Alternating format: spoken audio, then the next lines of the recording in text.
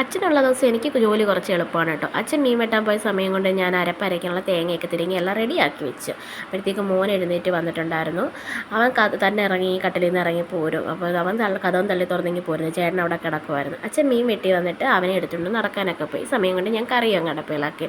വാളയായിരുന്നു കിട്ടിയിട്ടുണ്ടായിരുന്നു, നല്ല പച്ച വാളയായിരുന്നു. പിന്നെ തോരനൊന്നും ഇല്ലാത്തതുകൊണ്ട് ഞാൻ ചെറിയൊരു സലാഡും ആക്കിയിട്ടുണ്ട്. പിന്നെ കുറച്ച് മീൻ എടുത്തുനിന്ന് വറുക്കാനും ഒക്കെ അരപ്പ് വരട്ടി വെച്ച്. ഇനി മെയിൻ എൻ്റെ ടാസ്ക് എന്ന് പറയുന്നത് ചേട്ടനെ വിളിച്ചുകൊണ്ടുതന്നെ. ഈ സ്കൂളിൽ പോകുന്ന പിള്ളേരെ വിളിക്കുന്നതിനേക്കാളും കഷ്ടമാണ് ഈ ജോലിക്ക് പോകുന്ന എൻ്റെ ചേട്ടനെ വിളിച്ചുണർത്തുന്നത്.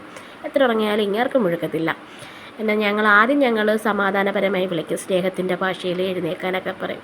ആദ്യത്തെ സമയം പറഞ്ഞ് കളിക്കുമായിരുന്നു. ഞാൻ 7:45 പറഞ്ഞപ്പോൾ അതിന് 7:30 എന്നും പറഞ്ഞിട്ട് പിന്നെയും കിടക്കുക. അപ്പോൾ പിന്നെ ഞാൻ പതുക്കെ എൻ്റെ സ്വഭാവം മാറി. ഞാൻ കുറച്ച് ഇറിറ്റേറ്റ് ചെയ്യാൻ തുടങ്ങി അയാളെ. മൂക്കി പിടിക്കുന്നത് ഒട്ടും ഇഷ്ടമില്ലാത്ത ആളാണ്. അതുകൊണ്ട് ഞാൻ മൂക്കി തന്നെ പിടിച്ചു. അവസാനം എൻ്റെ ശല്യം സഹിക്കാൻ വയ്യാതെ ആൾ എഴുന്നേറ്റിട്ടുണ്ടായിരുന്നു. അങ്ങനെ എഴുന്നേറ്റ് പോയി കുളിക്കാനൊക്കെ പോയ സമയം കൊണ്ട് ഞാൻ അവിടെയൊക്കെ ഒന്ന് ക്ലീൻ ചെയ്തിട്ട് ചേട്ടനുള്ള ചോറും കൂടെ ഒക്കെ അങ്ങ് തട്ടത്തിലാക്കി വെച്ചു. ചോറും മീൻകറിയും തട്ടത്തിൽ തന്നെ വെക്കും. പിന്നെ സലാഡ് വേറൊരു തട്ടത്തിൽ മാറ്റി വേറെ വെക്കും. രാവിലെ ബ്രേക്ക്ഫാസ്റ്റ് ഒന്നും ഉണ്ടാക്കാത്തത് കൊണ്ട് ചേട്ടൻ എന്നെ പുറത്ത് പോയി വാങ്ങിക്കാമെന്ന് പറഞ്ഞ് അങ്ങനെ അവർ അച്ഛനും മോനും കൂടെ വാങ്ങിക്കാൻ പോയി. ഈ സമയം കൊണ്ട് ഞാൻ കട്ടനൊക്കെ റെഡിയാക്കിയിട്ടുണ്ട്.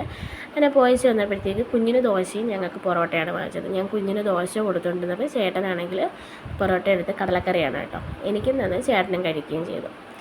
അങ്ങനെ നമ്മൾ കഴിപ്പായി കഴിഞ്ഞ് ചേട്ടൻ അങ്ങ് ജോലിക്ക് പോയി. അപ്പോൾ ഇത്രയേ ഉള്ളൂ ഇന്നത്തെ വീഡിയോ. Tata bye bye.